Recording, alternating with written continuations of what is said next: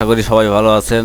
আজকে আমি আপনাদের দেখাবো মাইক্রোসফট ওয়ার্ডের সমস্ত কিছু পরিচিতি এবং কিভাবে কোন ফাংশন দিয়ে কি কাজ হয় এবং সমস্ত ডকুমেন্ট আমি আজকে আপনাদের দেখাবো।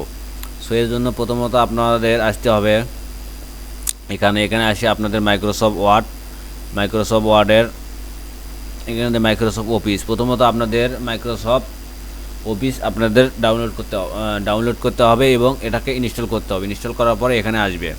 সো আপনি যে কোনো গুগল ব্রাউজার বা যে কোনো ব্রাউজারে গেলে সার্চ দিলে মাইক্রোসফট অফিস পাবেন, বা যদি প্রয়োজন হয় আমার কমেন্ট বক্সে লিখে দেবেন, আমি আপনাদের লিঙ্ক সহ দিয়ে দেবো।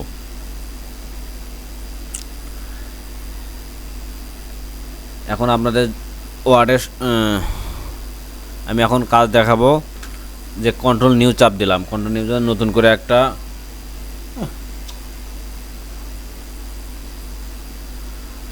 করে একটা আমি হোম পেজ আসলাম। হোম পেজ আসার পরে এখানে যদি আপনাদের হোম আসার পরে এখানে একটা ফন্ট দেওয়া আছে, দেখুন ক্যালিবারি বডি। সো আপনি যদি ফন্ট চেঞ্জ করতে চান বা কোন ফন্টে লিখতে চান তাহলে এখানে ক্লিক করে আপনি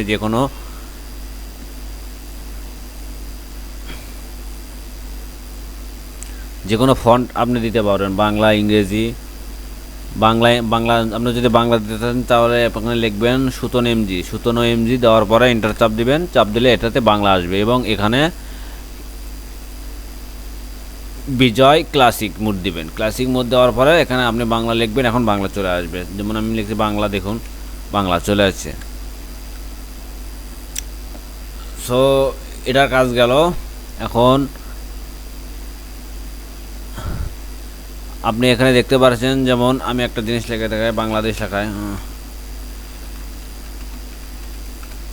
আমি বাংলাদেশ লিখলাম। লেখার পরে আমি এটা ক্লিক করে কার্সর রাইট বাটন ক্লিক করে আমি একটু ফন্ট বড় করব। দেখুন আমি একটু ফন্ট বড় করলাম। বাংলাদেশ একটি স্মল কান্ট্রি, আমি লিখি বাংলাদেশ একটি ছোট দেশ। সো লিখলাম। লেখার পরে আপনি যদি এই ফন্টটা চেঞ্জ করতে চান বা কালার দিতে চান বা কোনো কিছু দিতে চান তাহলে দেখুন কিভাবে দিবেন। আপনি যদি ফন্টটা একটু বড় করতে চান তাহলে এখানে দেখতে পাচ্ছেন যে গ্রো ফন্ট, এখানে ক্লিক করবেন। ক্লিক করার পর দেখবেন যে বড় হচ্ছে। আবার ছোটো করতে চাইলে এখানে ক্লিক করবেন, ছোটো হচ্ছে। সো এটা যদি বোল্ড করতে চান তাহলে আপনি এখানে দেখবেন বোল্ড বা ইতালিক, আন্ডারলাইন এখানে হবে। সো এগুলো আমার দরকার নেই, আমি এখানে বোল্ড এখানে দিয়ে দিলাম।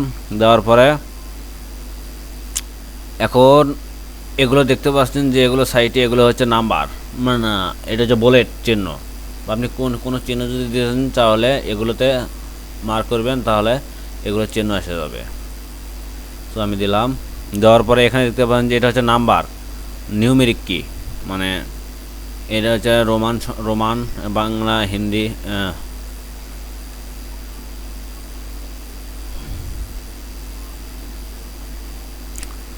যদি এই লেখাটা আমি সেন্টার করতে চাই, দেখুন লেখাটা আমার সেন্টার হয়ে গেল।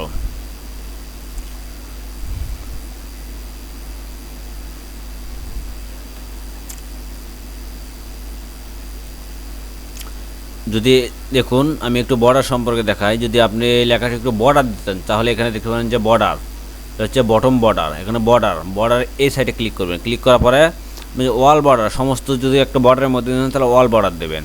দেখতে পাবেন যে সমস্ত আমার ওয়াল বর্ডার হয়ে গেল। তো আর একটু দেখুন বর্ডারে আর একটু কাজ দেখায়।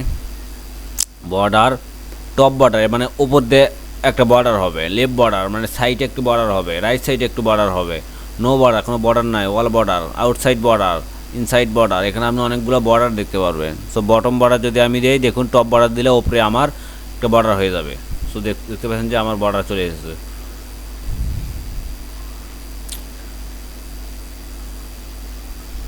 Top border. এখন দেখুন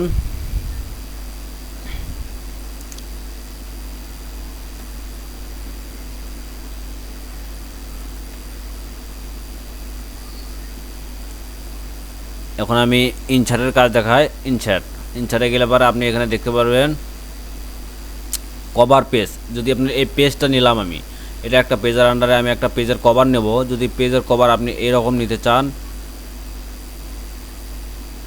দেখুন আমি এই পেজের কভারটা নিলাম।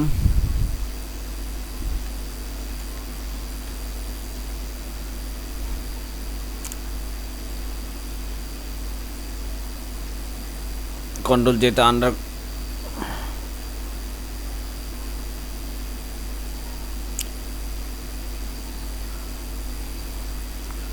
আজকে এখন আমি আপনাদের দেখাবো টেবিল কিভাবে তৈরি করতে হয়। সো দেখুন আমি এখানে একটা টেবিল তৈরি করব, সেটার জন্য আমি একটা 3টা রো নিলাম। এদিকে আমি নিলাম এখানে দেখতে পাচ্ছেন যে আমি একটা নিলাম, আমি লিখলাম অন ক, এখানে খ না, দ্বিতীয়ত আমি লিখলাম খ, আমি লিখলাম গ,